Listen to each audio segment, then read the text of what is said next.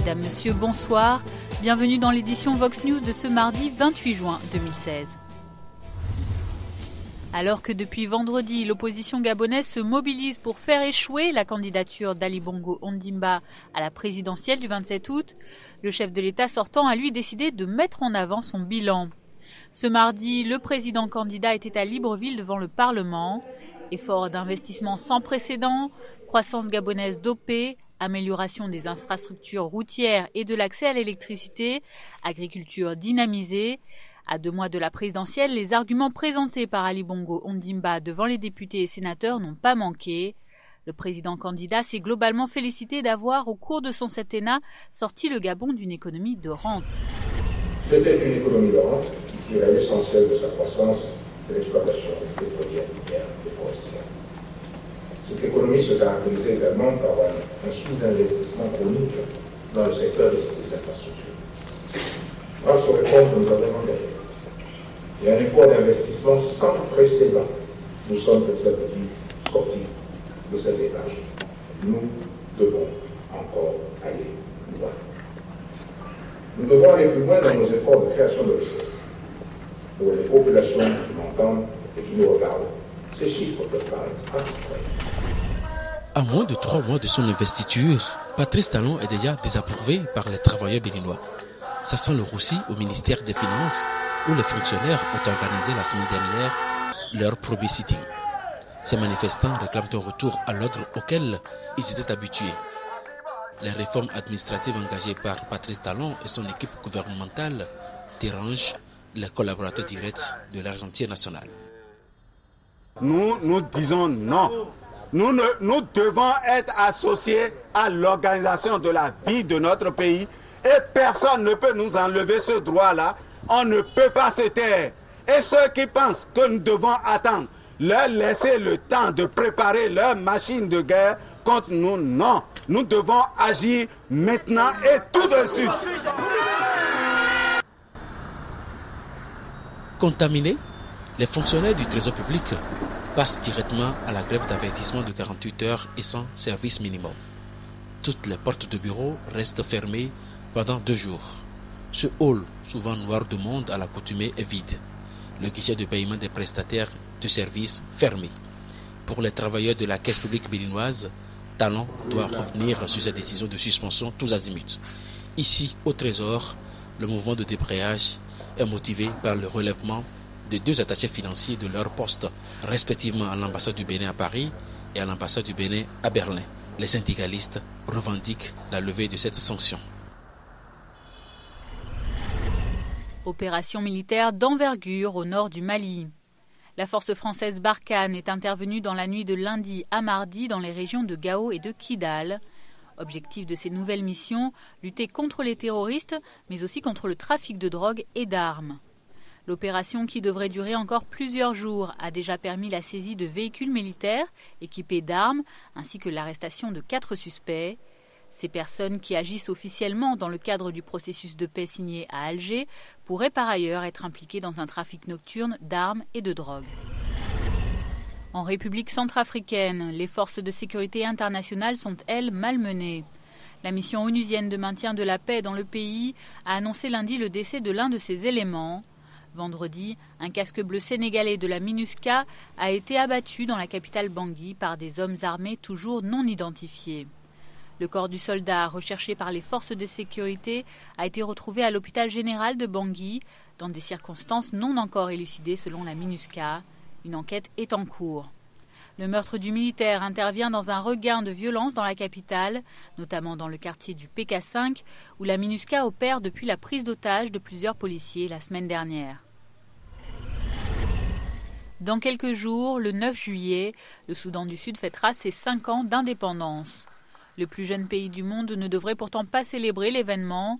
Le gouvernement a annoncé ce mardi vouloir utiliser son argent pour des problèmes plus concrets dans ce pays toujours en proie aux violences depuis le début de la guerre civile en décembre 2013. Le gouvernement, qui a par ailleurs annoncé que de nouveaux combats dans l'ouest du pays ont fait les 4 jours précédents plus de 43 morts, 39 civils et 4 blessés. Un bilan encore provisoire auquel les organisations humanitaires au Sud-Soudan ajoutent celui de 10 000 personnes déplacées en raison de ces affrontements et qui se trouvent actuellement dans des conditions sanitaires critiques. Malgré l'avancée du processus de paix, marqué par le retour à Djouba de Riek Machar en tant que vice-président en avril, les combats continuent dans certaines zones du pays entre des milices locales rivales. Ces agents de police se préparent à assurer la sécurité au Libéria. Ils prendront prochainement la relève des casques bleus présents depuis 2003. Un passage de témoin décisif pour la stabilité de ce petit pays d'Afrique de l'Ouest. La nation est prête à assumer cette grande responsabilité. Bien entendu, en matière de sécurité, il y aura toujours des améliorations à apporter, ainsi que des défis à relever et des lacunes à combler. Mais selon notre politique intérieure, nous allons continuer à œuvrer pour renforcer la logistique et la formation. 15 000 casques bleus ont été déployés au Libéria après 2 guerres civiles qui ont causé la mort de centaines de milliers de personnes. Un conflit marqué par l'embrigadement d'enfants soldats par le seigneur de guerre Charles Taylor, devenu par la suite président.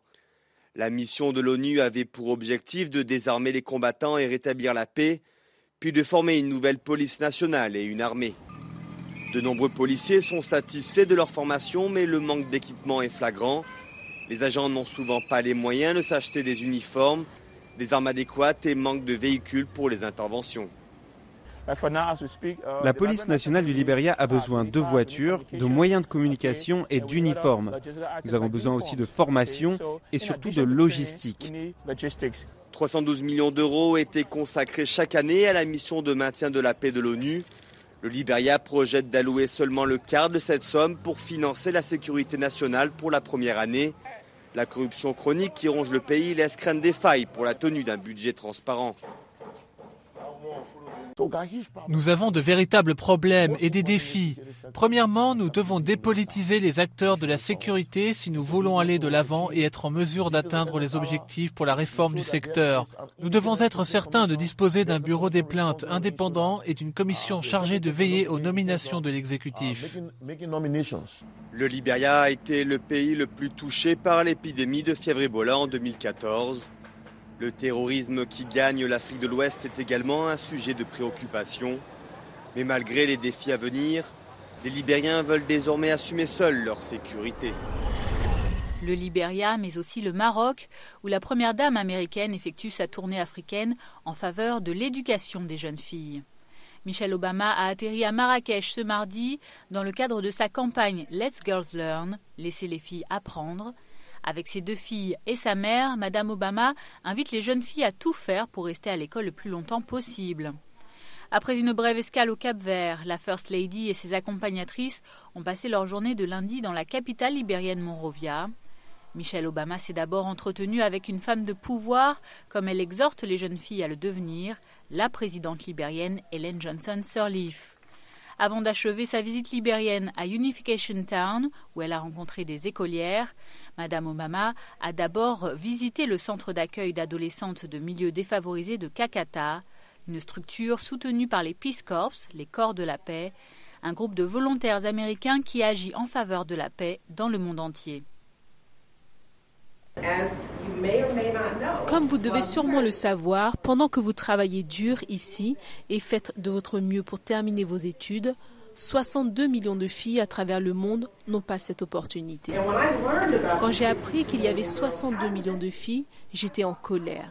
Je me suis demandé comment on pouvait rester sans rien faire, surtout dans un pays comme les États-Unis. Là-bas, nous avons énormément de ressources. Il y a des filles qui ne vont pas à l'école. Non pas parce qu'elles ne peuvent pas se le permettre, mais parce qu'elles ne savent pas combien c'est important. Peu importe ce qu'on vous dit, je voudrais que vous continuiez à vous battre. Restez à l'école, allez au lycée, allez à l'université si vous le pouvez. Et quand vous aurez fait tout cela, je voudrais que vous continuiez à être des leaders que vous êtes et que vous retourniez dans vos communautés pour trouver les filles qui, comme vous, travaillent, se battent et ont besoin de votre soutien.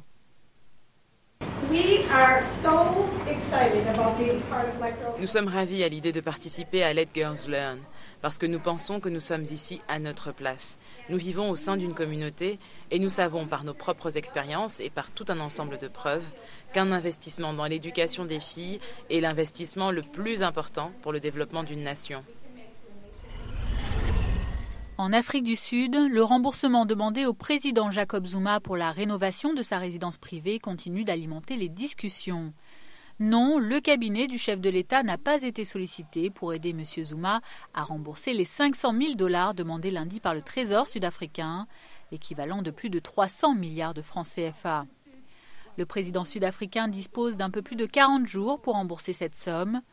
Pour les contribuables du pays, dont l'argent a servi à effectuer les 246 millions de rentes de travaux de la résidence de Nkandla, environ 13 milliards de francs CFA au taux de l'époque, le montant du remboursement exigé reste insuffisant. Je crois qu'il aurait dû rembourser au moins 50% de la somme plutôt que cette somme réduite. Et la trésorerie, il protège le président ou quoi? Ce que je veux savoir, c'est les gens souffrent en Nkandla et aux alentours. Donc ce que je veux, c'est au moins 50% de ce qui était censé être, pas 5%.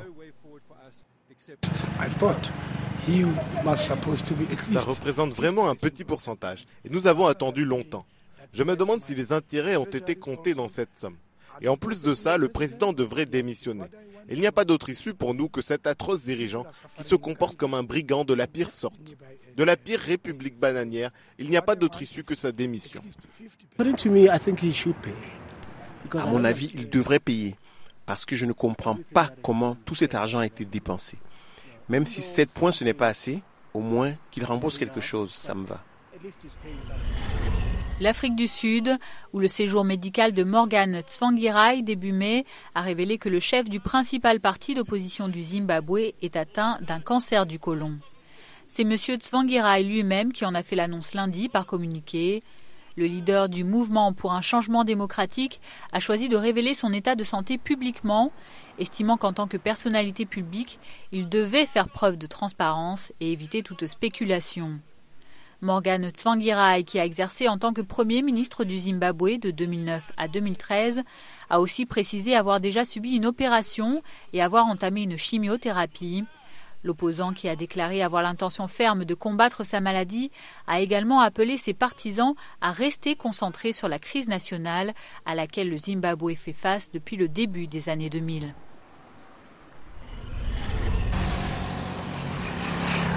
Le Togo projette moderniser la route côtière qui relie Lomé à la frontière du Bénin. La modernisation de cette route sera doublée d'un système d'épis pour freiner l'érosion côtière qui frappe toute la zone. Ce qui est prévu, c'est de faire une chaussée en 2x2 voies de 9 mètres de part et d'autre, aussi bien en agglomération qu'en rase campagne. Et pour les autorités togolaises, la nouvelle route est destinée à durer dans le temps quand on sait que la mer a déjà englouti 2 anciennes routes sur ce même tronçon. À quoi ça servirait de réhabiliter cette 3e voie si le problème d'érosion qui a emporté déjà 2 premières routes n'est pas réglé? Donc la 3e, si elle seule est réhabilitée, ne va pas tenir le coup.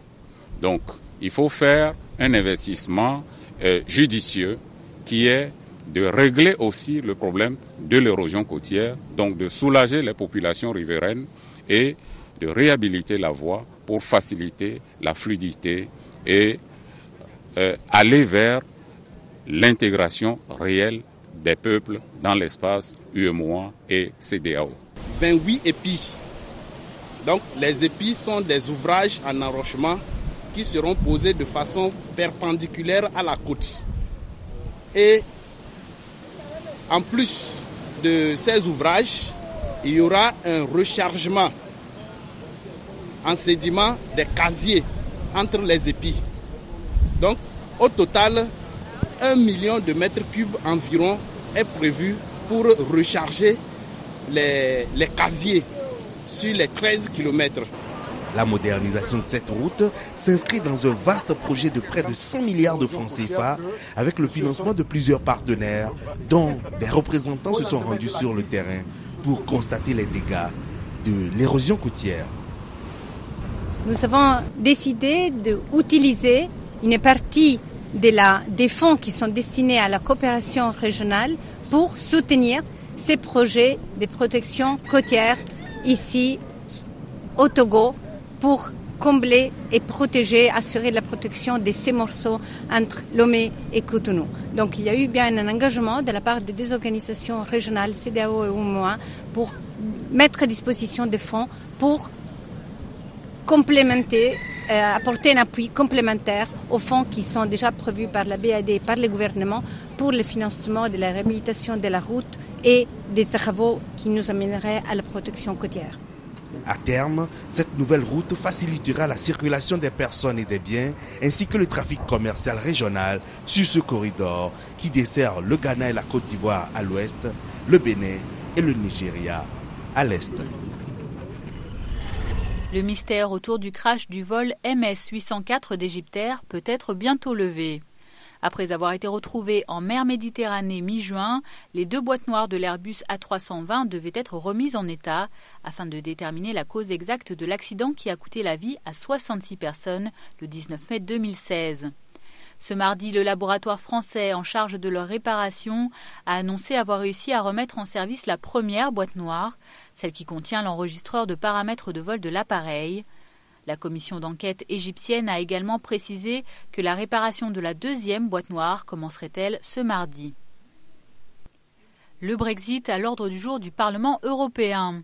Le Parlement a demandé ce mardi au Royaume-Uni d'activer dès que possible l'article 50, une clause issue du traité de Lisbonne qui prévoit le retrait de l'Union européenne d'un pays. La résolution a été adoptée par 395 voix pour et 200 voix contre.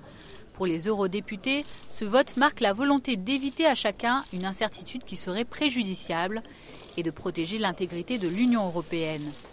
Pour le Parlement, la volonté exprimée par le peuple britannique doit être entièrement et scrupuleusement respectée.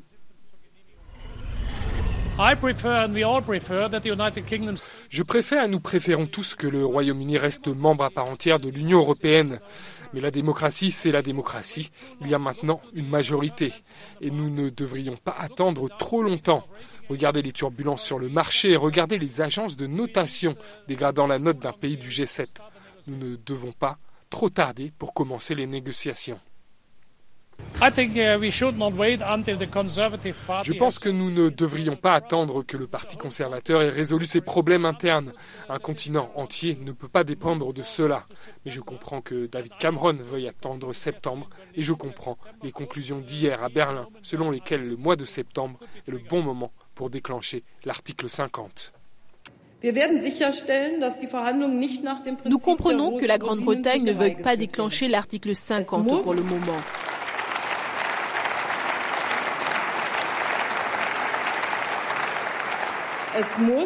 Mais la Grande-Bretagne doit aussi comprendre de son côté qu'il ne peut y avoir de négociations ou même de prédiscussion tant que l'article 50 n'est pas déclenché. Nous allons nous assurer que ces négociations ne se font pas sur le principe du à la carte. Il y aura une différence concrète entre les pays qui veulent rester membres de la famille européenne ou non. Celui qui sort de la famille ne peut pas s'attendre à ce que tous ses devoirs disparaissent et que ses privilèges soient maintenus. Mais alors que l'Europe, et notamment le président de la Commission européenne Jean-Claude Juncker, demande au Royaume-Uni de commencer par notifier clairement sa future sortie de l'UE, le Premier ministre britannique souhaite, lui, pouvoir négocier avec l'Europe une sortie aussi constructive que possible. Pour M. Cameron, dont le successeur au Parti conservateur sera finalement connu le 9 septembre, la sortie du Royaume-Uni de l'Europe n'empêche pas les Britanniques et les Européens de rester des partenaires. Bonjour. Je vais expliquer que la Grande-Bretagne va quitter l'Union européenne, mais je veux que cette procédure soit aussi constructive que possible et j'espère que le résultat sera aussi constructif que possible. Parce que bien sûr, même si nous sommes en train de quitter l'Union européenne, nous ne tournons pas le dos à l'Europe. Ces pays sont des voisins, des amis, des alliés, des partenaires. Et j'espère vraiment que nous aurons la relation la plus étroite possible en termes de commerce, de coopération et de sécurité, parce que c'est bon pour eux et c'est bon pour nous. Et après le Brexit, l'Angleterre a vécu lundi sa deuxième sortie européenne en moins d'une semaine. Les joueurs de l'équipe de football de l'Islande ont éliminé les Britanniques de l'Euro 2016. Une difficile défaite 2-1 infligée par la petite Islande en 8e de finale. L'autre match de la journée a opposé l'Italie à l'Espagne et c'est le double tenant du titre qui s'est fait éliminer de la compétition. Sur un score de 2-0, les Italiens accèdent donc au quart de finale où ils affronteront l'Allemagne. La France, qui avait bataillé dimanche pour venir à bout de la valeureuse Irlande, affrontera donc l'Islande en quart. Une équipe dont les supporters étaient au comble du bonheur hier à Nice, contrairement aux Anglais, dévastés une fois encore. Je pense qu'ils ont été nuls. Et je pense aussi que l'Islande le mérite plus parce qu'elle était mieux organisée. Alors que chez les Anglais, c'était une pagaille absolue et ils méritent de quitter l'Euro. Très mauvais match. Hodgson a fait de très mauvais choix. Faire entrer Wilshere à la mi-temps, ce n'est pas ce qui allait nous pousser à jouer devant. C'était trop défensif. Je suis dégoûté. Je crois que l'Islande a bien joué. L'Angleterre n'a pas tellement eu d'occasion. Je crois même que l'Islande a eu plus d'occasions qu'eux. Donc nous méritons la victoire. Les supporters étaient incroyables et je crois qu'ils soutenaient tellement leur équipe qu'ils leur ont donné un supplément d'âme pour gagner ce match. C'était incroyable. Et alors que l'Euro 2016 se poursuit, la planète football est depuis dimanche en émoi après la finale de la Copa América. Une fois de plus, c'est le Chili qui a remporté la coupe, mais surtout qui a encore vaincu l'Argentine de Lionel Messi sur un score de 0-0 au temps réglementaire et à la fin des prolongations. Le match s'est conclu au tir au but, 4-2 pour le Chili. C'est le deuxième titre continental consécutif pour les Chiliens. Côté argentin, le troisième échec d'affilée de l'Albiceleste dans la Copa América a laissé les fans sous le choc, mais aussi les joueurs. Lionel Messi, tellement déçu par son parcours maudit en sélection nationale, mais aussi par son tir au but manqué dimanche, a immédiatement annoncé sa retraite internationale. Tout comme Diego Maradona et le président argentin Mauricio Macri lundi, les supporters de la Pulga, présents en masse pour le retour mardi de la sélection dans le pays, ont demandé à Messi de renoncer à sa décision.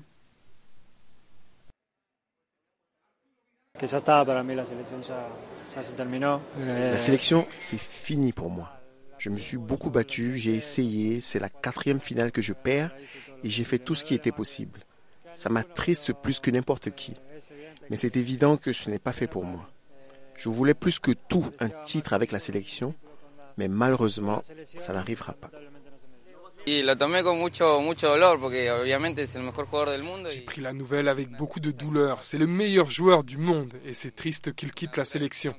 Il a pris une décision difficile. Espérons qu'il continue jusqu'au Mondial 2018. Il a pris sa décision à chaud. Espérons qu'il regrette et qu'il continue. Sa dépression est compréhensible parce que la pression qu'il a de gagner un match avec le maillot de l'Argentine, tout le monde la remet sur lui. Et lui, tout seul, ne peut pas tout faire. C'est pour ça qu'on est venu ici en famille pour qu'il se sente soutenu. Le peuple d'Argentine est avec lui. Triste nouvelle pour les amateurs de western, l'acteur italien Bud Spencer est décédé lundi à l'âge de 86 ans dans un hôpital de Rome. De son vrai nom, Carlo Pedersoli, l'ancien champion italien de natation avait fait ses débuts à la Cinecittà dans quelques péplums. Mais c'est surtout dans les westerns spaghetti, il en a tourné 16 dans sa carrière, que Bud Spencer explose, notamment grâce à son duo comique avec Mario Girotti, qui changera lui aussi de nom pour celui de Terence Hill. La dernière apparition du héros de On l'appelle Trinita avait tourné son dernier film en 2004, avant de se lancer en 2006 en politique. Depuis, les apparitions publiques de Bud Spencer se sont faites plus rares, l'acteur se consacrait à l'écriture de ses mémoires. Ahmed Goumar est nigérien et son sport, le judo, l'emmènera aux Jeux Olympiques. Le sportif reste concentré sur son objectif, revenir de Rio cet été avec une médaille en moins de 73 kilos. Ahmed Goumar s'est qualifié à l'événement sportif international dans le cadre du quota africain. Malgré le jeûne de Ramadan et la chaleur accablante, le judoka ne perd pas une seconde pour parfaire son entraînement quotidien dans les locaux de la Kim Academy de Niamey. On vise une médaille. Ça fait 40 ans, les gens ont trop entendu. Cette fois-ci, on va essayer de se donner à fond pour voir ce que ça va donner et prier en même temps que Dieu fasse le meilleur, que la chance soit avec nous. Les conditions d'entraînement, c'est vrai que c'est pas les mêmes. L'Europe, c'est pas les mêmes entraînements que l'Afrique. L'Asie, c'est pas les mêmes entraînements que l'Afrique. Mais quand même, espérance d'une médaille, et on tient ça, on a ça dans les cerveaux. On a le niveau, on a les compétences, mais souvent c'est pour réaliser certaines performances, il y a le temps de cette performance, c'est-à-dire la chance. C'est la fin de ce bulletin d'information du 28 juin 2016. Bonne suite de programme sur Vox Africa.